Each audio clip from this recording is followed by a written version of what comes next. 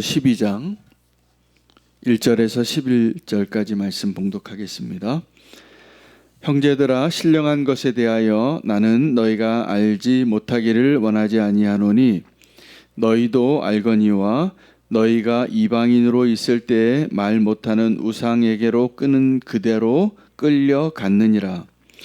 그러므로 내가 너에게 알리노니 하나님의 영으로 말하는 자는 누구든지 예수를 저주할 자라 하지 아니하고 또 성령으로 많이 하고는 누구든지 예수를 주시라 할 수 없느니라. 은사는 여러 가지나 성령은 같고 직분은 여러 가지나 주는 같으며 또 사역은 여러 가지나 모든 것을 모든 사람 가운데서 이끄시는 하나님은 같으니 각 사람에게 성령을 나타내심은 유익하게 하려 하심이라. 어떤 사람에게는 성령으로 말미암아 지혜의 말씀을, 어떤 사람에게는 같은 성령을 따라 지식의 말씀을, 다른 사람에게는 같은 성령으로 믿음을, 어떤 사람에게는 한 성령으로 병 고치는 은사를, 어떤 사람에게는 능력 행함을, 어떤 사람에게는 예언함을, 어떤 사람에게는 영들 분별함을, 다른 사람에게는 각종 방언 말함을, 어떤 사람에게는 방언을 통역함을 주시나니 이 모든 일은 같은 한 성령이 행하사 그의 뜻대로 각 사람에게 나누어 주시는 것이니라. 아멘. 하나님의 말씀입니다. 오늘 바울은 고린도교회 성도들에게 신령한 것에 대해서 너희에게 알지 못하기를 원치 아니하노라 라고 말하면서 성령의 은사들에 대해서 말씀을 나눠주고 있습니다. 성령의 은사는 하나님의 창조의 사역과 동일선상 가운데 있음을 우리가 발견해야 합니다.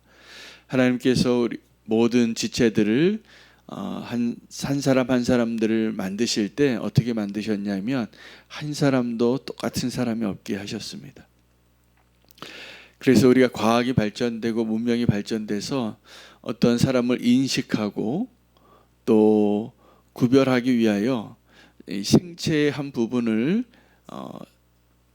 통하여서 그 사람을 분별하는 그런 기술이 많이 발전되어 있습니다. 요즘은 공항을 지날 때나 아니면 잠금 장치에도 우리가 지문이나 홍채 같은 한 사람 한 사람이 똑같지 않다는 거죠. 참 놀라운 일입니다.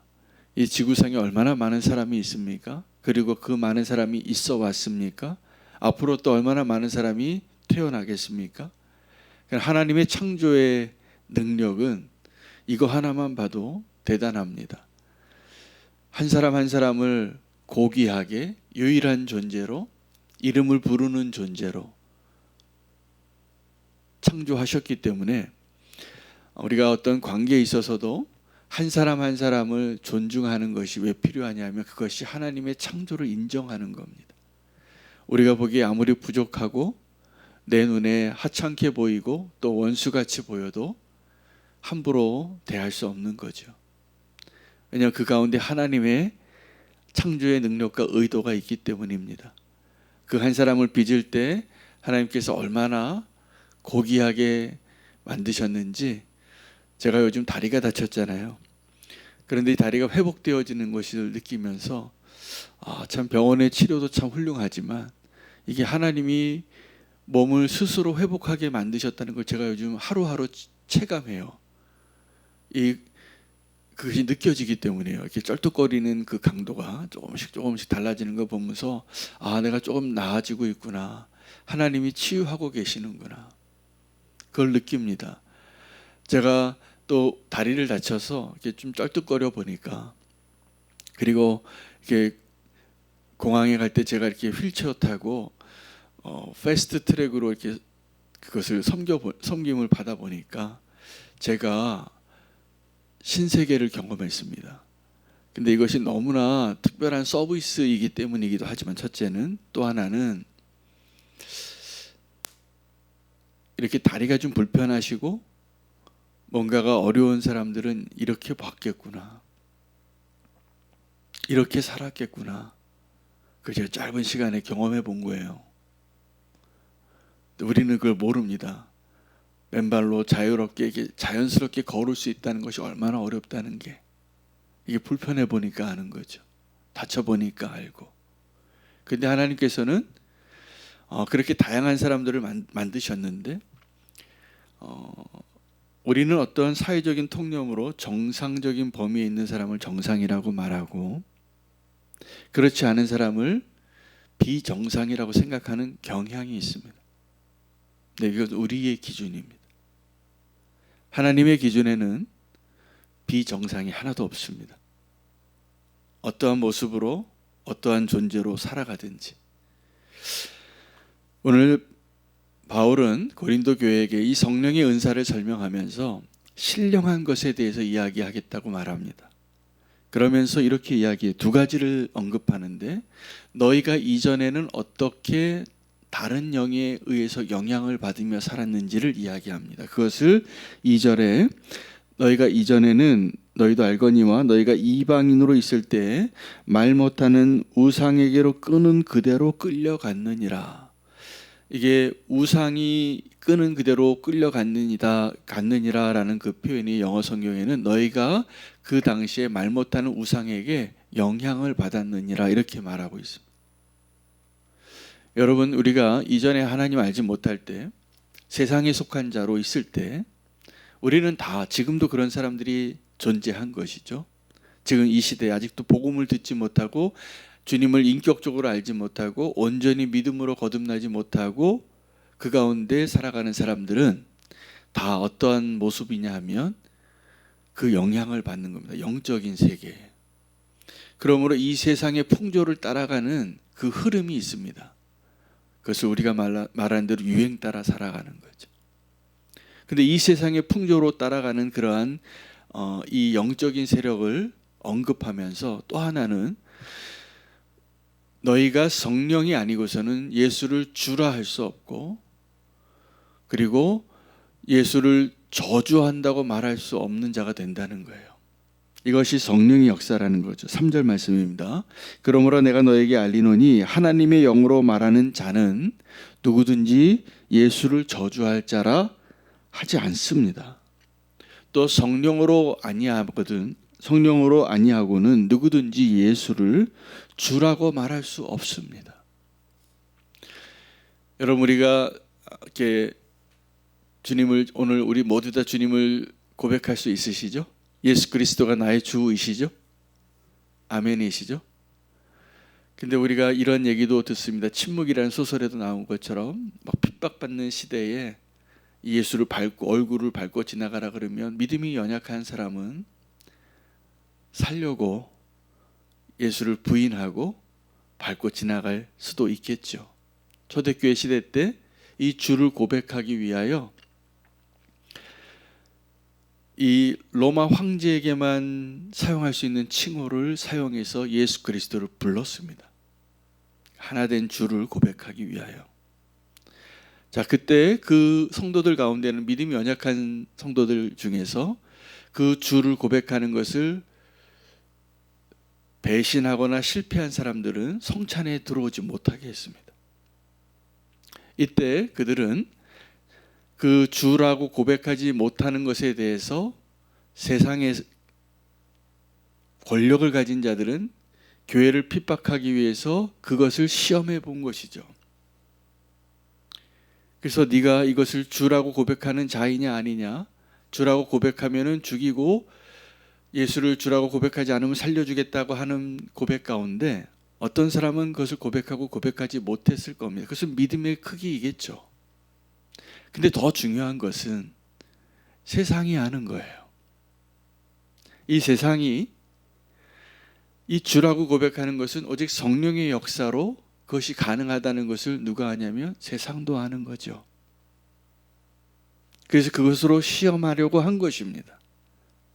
우리의 모습은 믿음이 연약해서 부인할 수도 있겠지만 베드로가 그렇게 했잖아요. 주를 부인했잖아요. 우린 당연히 성령의 인도하심으로 베드로와 같이 실패하지 않고 주를 고백할 수 있는 제자가 되어야 합니다. 이것이 맞습니다.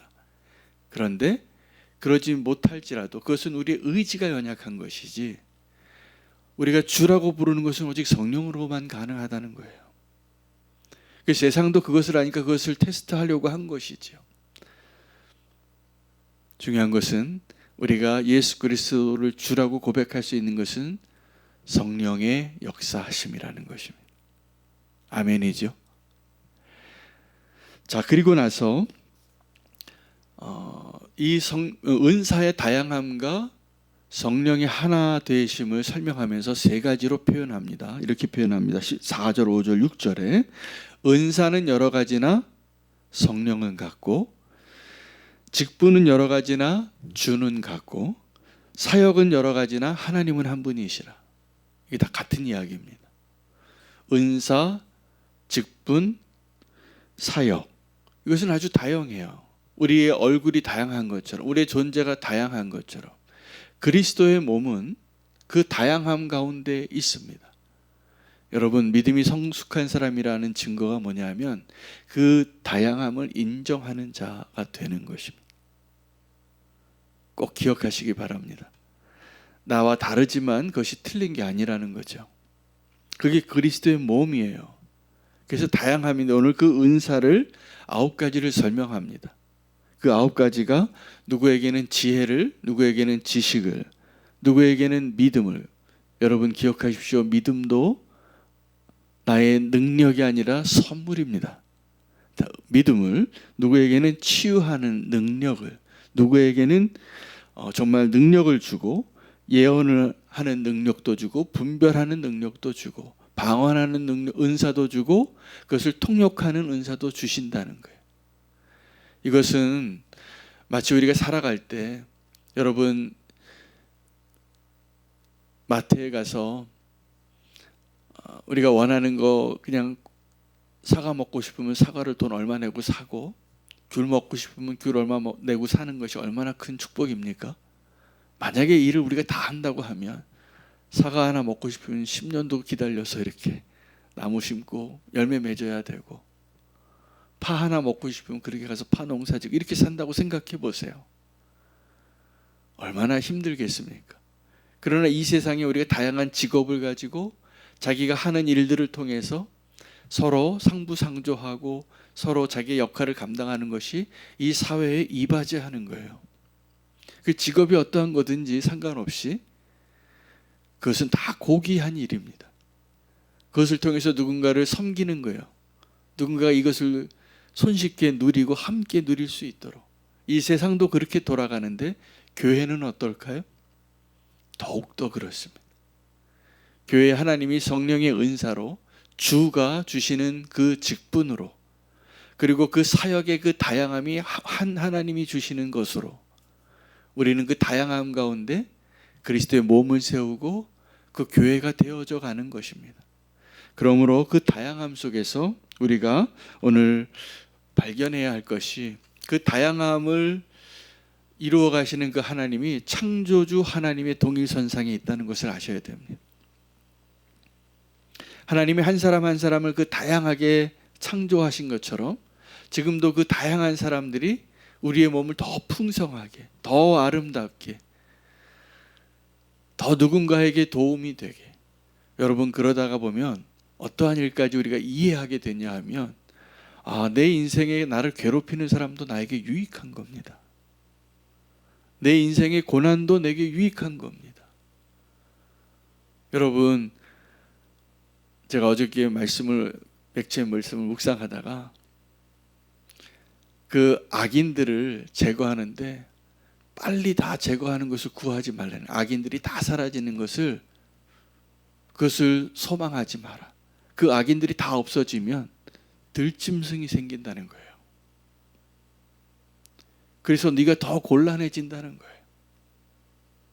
그러므로 우리가 살아갈 때 내 옆에 이 악인이 있는 게 나를 위한 유익함이 있는 거예요.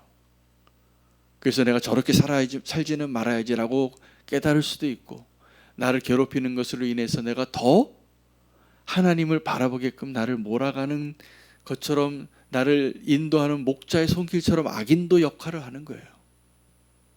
그러니 우리의 삶 가운데 하나님이 내게 허락하신 모든 것이 은혜입니까? 아닙니까? 은혜입니다.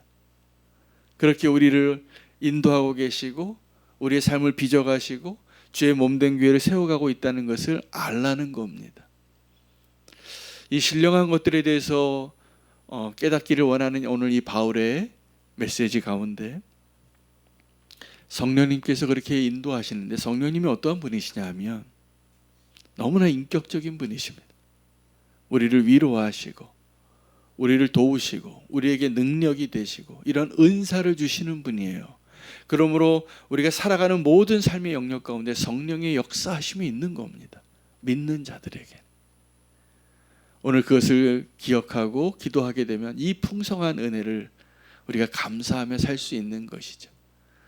여러분, 우리가 어떠한 고민이 돼서 잠 못 이루는 그 밤도 사실은 우리의 믿음의 성장을 위해서 하나님 주신 선물입니다.